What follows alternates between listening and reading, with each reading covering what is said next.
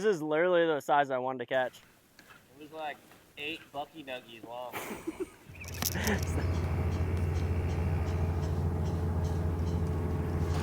You Dog. Corey. Look, Captain Corey's Fish Cobbler Charters.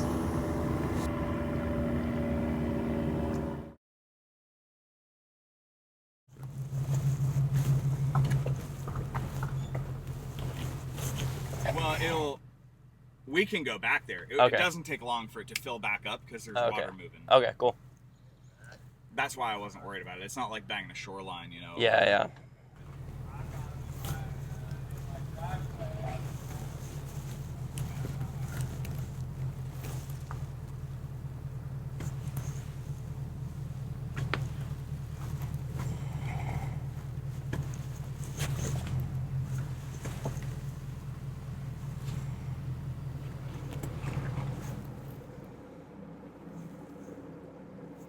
You.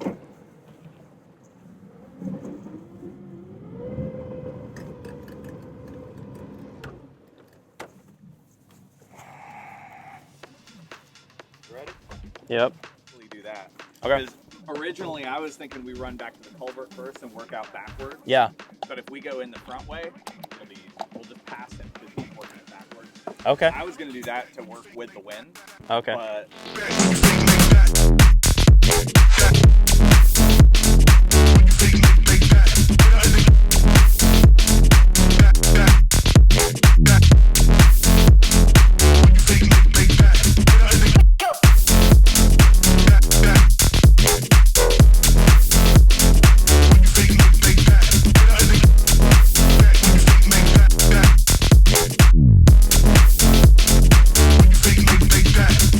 I'ma kick back when you fake like that. Head out of the game, I don't play that fact. I'ma kick back when you fake like that. Head out of the game, I don't play that fact.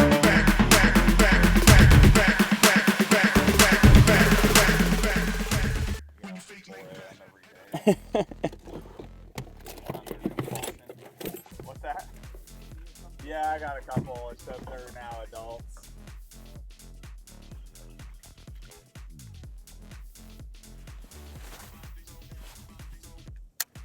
So yeah, if you guys have been following along, we're fishing kind of different areas. You saw our first episode in the lagoon where I guide out of, completely different from episode 2 in St. Augustine. Super marshy, super low tide, oyster beds. This next episode's a little bit closer to St. Augustine, but still a little bit different. It's kind of in between. It was kind of cool getting the Mosquito into these tight little spots, having our camera boat fit in there. Something kind of cool about this series, you guys will see, I mean, we're gonna go and we're gonna fish with guides that have beaver tails all the way from North Carolina and all the way down to Texas and maybe the Bahamas. But another side of this is a lot of us are just buddies. And so you're gonna see familiar faces. Like this is the second episode you're gonna see Corey in. The last episode you guys saw in St. Augustine, my buddy Cody was pushing me. What you don't see is this episode, Cody's the guy pushing the camera boat. And you'll probably hear him talking trash or, throwing Bucky's corn nuggets at us or whatever. But I hope throughout this series, like you're gonna see some professional guys that know their shit, that are on the water 200 days a year, that are guys that make a living guiding. But you're also gonna see our friends that Corey does video production and media, but he's on the water every single chance he gets. Cody, I don't even know what that guy does, but I know he fishes probably more than me and I'm a full-time guide. And so I hope you guys get to know some of us and get to know some of our buddies. They're gonna be kind of sporadic through these episodes. There we go. Oh, jeez, he's peppy. He like lazy bite, and I think he realized. This looks like the same one I lost the other day that chewed through my 20. Snooky. Oh man, big push right off. Yep, 2. All right, let's get this guy out. Come on, buddy. Come on, buddy. Come here. Dude, don't listen to the tempter over there, the temptress. Oh, I think the first snook we got out of there was like a 33 or a 34. I mean, it was a freaking stud. And we're in, maybe 30 square feet of this little pond with this culvert pouring out. And, we're trying to horse him out of this area. We got another snook out of that same culver a couple shots later, and just really cool, like close quarters combat with my I mean, it's like a saltwater bass, man. The thing's jumping out of the water, just freaking going bananas. Trying to land a solo snook by yourself, you know, holding the rod, trying to get your hand in the, I mean, it's always kind of just a shit show. I don't use a dip net. I want to stick my hand in the fish's mouth. I want to feel them. I want to give them the opportunity to get away, like kind of like a little bit of a boxing match between the two of us. So this episode's a little hectic. You'll see some situations where I'm two-stepping, running around the boat, passing my rod around Corey's legs, trying to land big snook by myself on light leader and light tackle in small situations. Told her don't miss me, ballin' like Houston, ayy, feeling like Whitney. I need a bag, bruh, send it through quickly. I'm making his dog. There it is. Nope, that's bottom.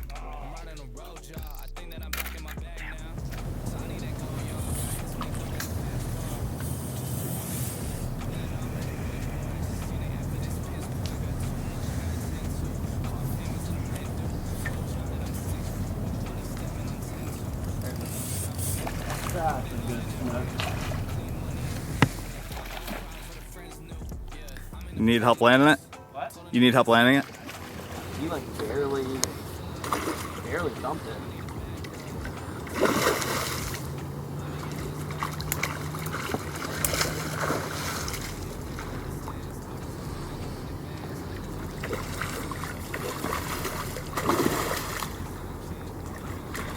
Is it real shallow, or should you just stand on the top?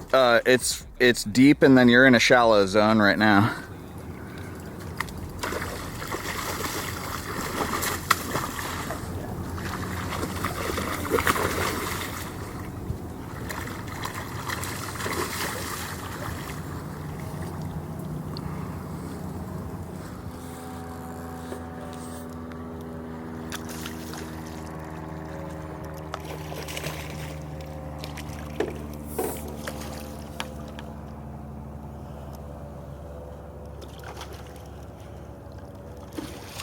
Yeah.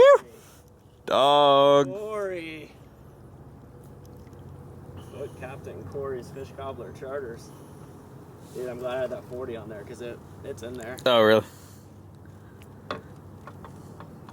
Oh, yeah, brother. It's a donk. I'll say. I mean, this just made the episode, nothing else. That was like, that whole fight was, dude. He is.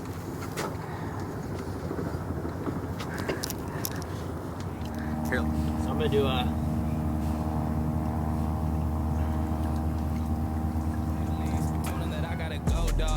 I'm riding the road, y'all. I think that I'm back in my bag now. So I need that go, y'all. Got hits when he throwing the fastball. Just too quick for it. Peeling off like the whip orange. Seen the effort, this piss poor. I got too much I gotta tend to. Car payments and the rent due. Told y'all that I'm 6 foot, but with the money statement, I'm 10 to. Too much that I've been through, so I put it all in that rear view. Clean money in a black whip. There we go.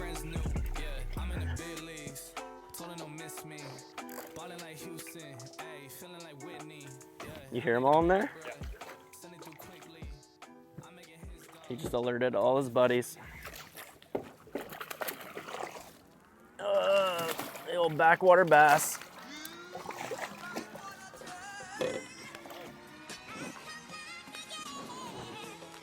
Okay, I've been working like 3 jobs. Probably why I never see y'all. Probably why I never have time for the fake friends I won't be y'all. Oh God, I've been running now. Up early when the sun is out. Not setting out my own soul, but those real ones, they coming out. Oh, look who's reaching out. Old friends wanna feature now. They don't work, so they need it free. Ooh, you reaching out from the west side of that old town, but there's no shows till I go down to the open mic. Show love to the real ones that know now. Some of y'all don't know now. In a couple months, you're gonna find. You know, I was telling Max that, you know, I kind of keep thinking about this whole fishing thing and the surfing thing, and it's kind of crazy that we're shooting these videos and now fishing has become the way I feed my family. It's become the way that I support my lifestyle through these videos, through guiding. And it's crazy because fishing and surfing have been the 2 longest running and most constant things in my life. And fishing more than surfing. You know, when I grew up, I was fortunate enough, we actually grew up on the Intercoastal Waterway. My mom has pictures of me at 2 years old fishing with a Mickey Mouse pole in our pool. Didn't ever catch much, but I was out there. She always jokes, we used to go to Kmart and I'd get my little shopping cart. The lady at Kmart would be like, oh, you going to the toy section? I'd be like, nope, I'm going to get bobbers. 89-cent bobber, and you were stoked. Like, you were the cheapest kid on earth. Turned into a much more expensive obsession. But all that to say, I've lived in California, I've lived in South Carolina, I've lived in a few different places in Florida, I've lived in Indonesia and other countries around the world. And the crazy thing is that like my family's always been there for me. I have friends that I've known since preschool that we're still friends today.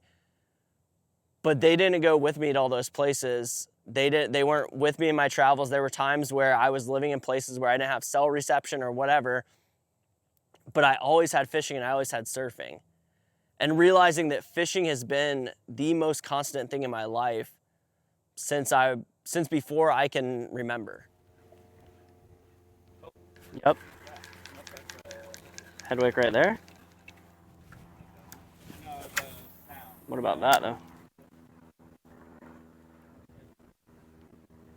Dude, there's another one. Pushing a couple fish here.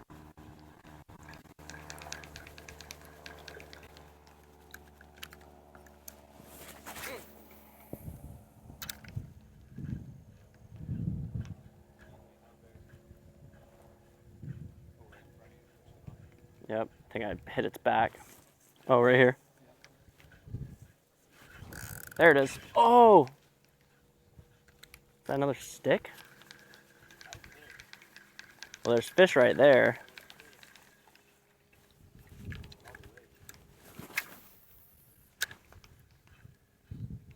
Felt like I was pulling up a stick.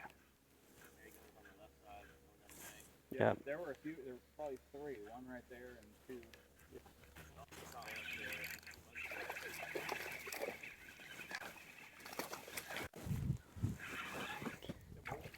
Snooky! Found him. Largemouth.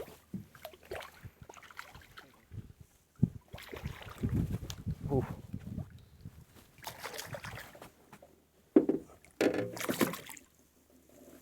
Oh yeah, look at all those ducks. Yeah, I caught one. You cool with a quick release or what do you want?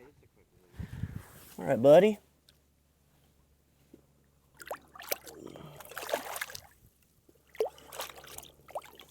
This is where you want to come catch snook on fly and have that episode. Oh, that's not a...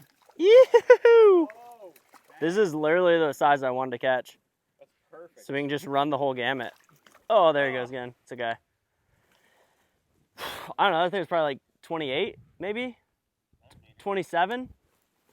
Like just under slot. It was like 8 Bucky Nuggies long. A little bit better. Woo!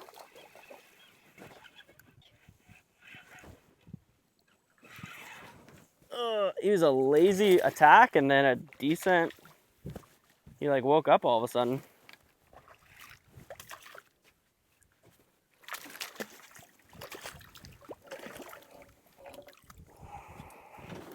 A little better?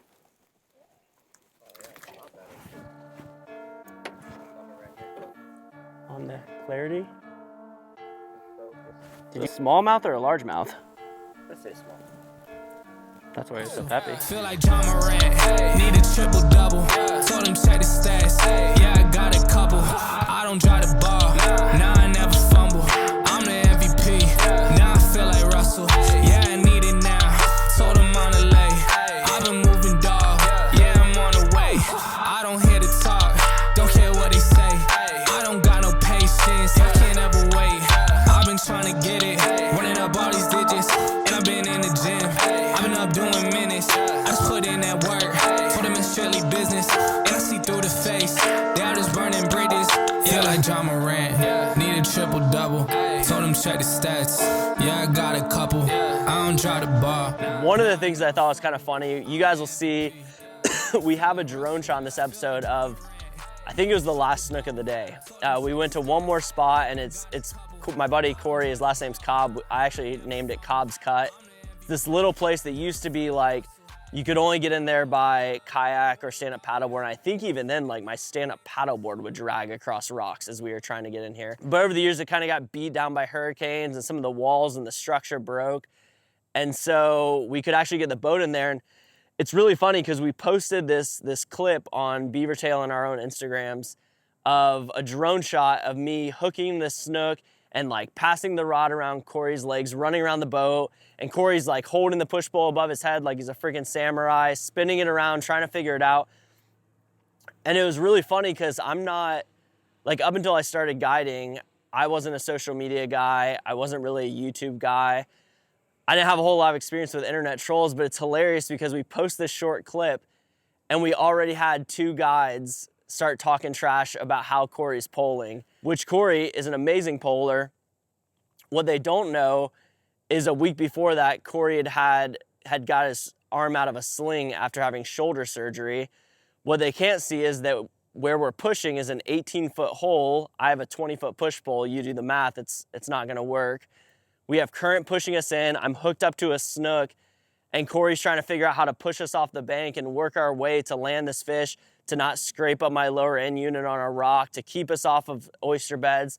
And it was just funny to have these 2 guys talking trash back and forth on Instagram about how it's hard to watch him pole when I don't think that anyone could have done anything better in that situation. Got him.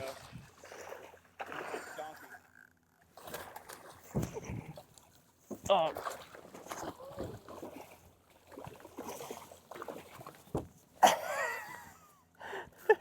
How do you like that maneuvering, boys?